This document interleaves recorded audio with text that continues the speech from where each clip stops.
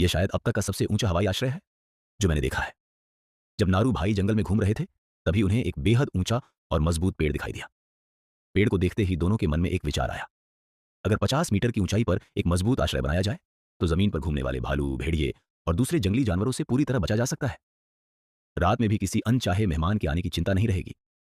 बस फिर क्या था, दोनों भाई तुरंत काम में जुट गए। उन्होंने जंगल से मजबूत और मोटे लकड़ी के लट्ठे इकट्ठा किए और उन्हें पेड़ के नीचे करीने से जमा कर दिया। इन लकड़ियों से वे एक लंबी सीढ़ी बनाने वाले थे, जो उन्हें सीधे 50 मीटर की ऊंचाई तक ले जाएगी। दोनों भाइयों ने काम बांट लिया। एक भाई पेड़ों के तने पर लकड़ियों को लोहे की कीलों से मजबूती से जोड़कर सीढ़ी बनाता गया, जबकि दूसरा भाई नीचे रहकर लकड़ियां और जरूरी सामान ऊपर पहुंचाता रहा। जैसे जैसे सीढ़ी ऊपर बढ़ती गई, नीचे की जमीन दूर होती गई। चारों तरफ घने पेड़ और शाखाएं थीं। ऊंचाई पर काम करना बेहद रोमांचक होने के साथ साथ काफी खतरनाक भी था। काफी मेहनत के बाद दोनों भाई आखिरकार पेड़ की ऊपरी मजबूत शाखाओं तक पहुंच गए। बिना समय गंवाए उन्होंने आश्रय बनाने की जगह का निरीक्षण किया। सबसे पहले उन्होंने दो मुख्य शाखाओं के बीच की दूरी को अच्छी तरह मापा। माप लेने के बाद दोनों नीचे आए और उसी हिसाब से लकड़ियों को तैयार करने लगे। पेड़ की मुख्य शाखाएं काफी दूर थीं, इसलिए दोनों ने फैसला किया कि पहले लगभग 4 वर्ग मीटर का एक मजबूत प्लेटफॉर्म बनाया जाएगा। इसके बाद उसी प्लेटफॉर्म के ऊपर पूरा आश्रय तैयार किया जाएगा। लेकिन 50 मीटर की ऊंचाई तक भारी लकड़ियां पहुंचाना आसान नहीं था। इस काम को आसान बनाने के लिए उन्होंने पेड़ के ऊपर एक साधारण पुली और रस्सी की व्यवस्था बनाई। अब नीचे से लकड़ियों को रस्सी की मदद से आसानी से ऊपर पहुंचाया जाने लगा। इससे उनकी मेहनत भी कम हुई और काम की रफ्तार भी काफी बढ़ गई। सामग्री ऊपर पहुंचने के बाद उन्होंने दोनों मुख्य शाखाओं के दोनों तरफ मोटे लकड़ी के लट्ठे मजबूती से लगा दिए। यही आगे चलकर प्लेटफॉर्म के मुख्य बीम बनने वाले थे। इसके बाद बाकी लकड़ियों को इन बीम के ऊपर एक दूसरे के बीच संतुलित तरीके से लगाया गया।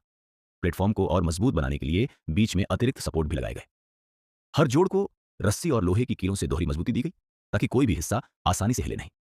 मुख्य बीम तैयार होने के बाद दोनों भाइयों ने लकड़ियों का एक क्रॉस फ्रेम बनाया। इस तरह का ढांचा वजन को पूरे प्लेटफॉर्म पर बराबर बांट देता है। अगर सारी लकड़ियां एक ही दिशा में लगाई जाती, तो पूरा वजन सिर्फ दोनों तरफ के मुख्य बीम पर पड़ता। लेकिन क्रॉस फ्रेम की वजह से वजन पूरे ढांचे में फैल जाता है और प्लेटफॉर्म ज्यादा मजबूत बन जाता है। फ्रेम तैयार होने के बाद उन्होंने पहले से तैयार लकड़ी के बोर्ड प्लेटफॉर्म पर बिछाने शुरू किए। एक एक बोर्ड को सही जगह पर रखकर कीलों से मजबूती से फिक्स किया गया। कुछ ही देर में 50 मीटर की ऊंचाई पर एक मजबूत और समतल प्लेटफॉर्म तैयार हो गया। अब उन्हें भरोसा था कि यह प्लेटफॉर्म काफी वजन सह सकता है। जंगल में दिन के समय सब कुछ शांत दिखाई देता था, लेकिन रात होते ही जंगली जानवरों का खतरा बढ़ जाता था। जमीन पर मच्छरों और दूसरे कीड़ों की परेशानी भी रहती थी।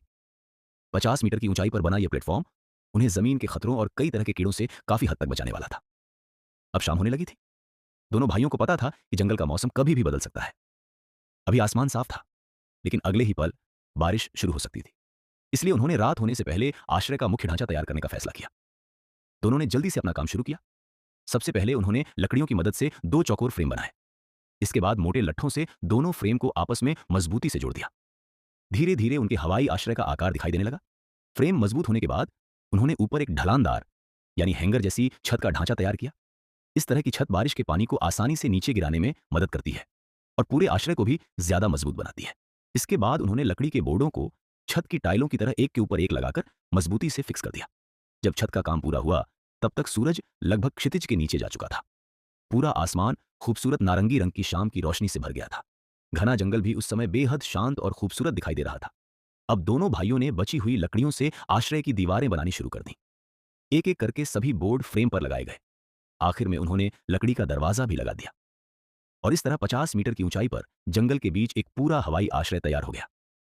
लेकिन प्लेटफॉर्म पर बची हुई लकड़ियों को भी वे बेकार नहीं जाने देना चाहते थे। दोनों भाइयों ने अपनी कारीगरी का इस्तेमाल करते हुए उन्हीं लकड़ियों से एक छोटी सी आउटडोर टेबल और कुर्सियां भी बना ली। कुछ ही देर में अंधेरा पूरी तरह छा गया। पूरा जंगल खामोशी में डूब गया। दोनों भाइयों ने प्लेटफॉर्म पर आग जलाई। आग उन्हें गर्मी देने के साथ साथ रोशनी भी दे रही थी। अब बारी थी रात के खाने की। उन्होंने ताजे मांस को लकड़ी की सींक में लगाया और उसे आग के ऊपर धीरे धीरे भूनना शुरू किया। मांस से निकलने वाली खुशबू हवा के साथ चारों तरफ फैलने लगी। सबसे अच्छी बात यह थी कि वे जमीन से 50 मीटर ऊपर थे, इसलिए उन्हें खाना बनाते समय जंगली जानवरों के अचानक पास आने की चिंता भी नहीं थी। आग की गर्मी से मांस धीरे धीरे पकने लगा। मांस से निकलने वाला रस आग पर गिरता और चटचट की आवाज आने लगती। कुछ ही देर में स्वादिष्ट भुना हुआ मांस तैयार हो गया। दोनों भाइयों ने उसे टेबल पर रखा और पूरे दिन की मेहनत के बाद आराम से खाना शुरू किया। दिन भर की थकान के बाद गर्म और स्वादिष्ट खाना उन्हें बेहद अच्छा लगा। दोनों ने भरपेट खाना खाया और उनकी सारी थकान धीरे धीरे दूर होने लगी। इस दिन नारू भाइयों ने अपनी शानदार टीम वर्क और मेहनत के दम पर घने जंगल में 50 मीटर की ऊंचाई पर एक सुरक्षित हवाई आश्रय तैयार कर लिया था। उन्होंने न सिर्फ अपना आश्रय बनाया, बल्कि उसी के ऊपर बैठकर गर्मा-गर्म खाना भी खाया। रात का खाना खत्म करने के बाद दोनों अपने आरामदायक आश्रय के अंदर चले गए, दरवाजा बंद किया और आखिरकार उन्हें सुकून मिला। आज रात उन्हें जमीन पर घूमने वाले जंगली जानवरों की चिंता नहीं थी। अब वे अपनी सारी थकान भूलकर इस ऊंचे हवाई आश्रय में आराम से सो सकते थे। और इस तरह जंगल की 50 मीटर ऊंचाई पर बिताई उनकी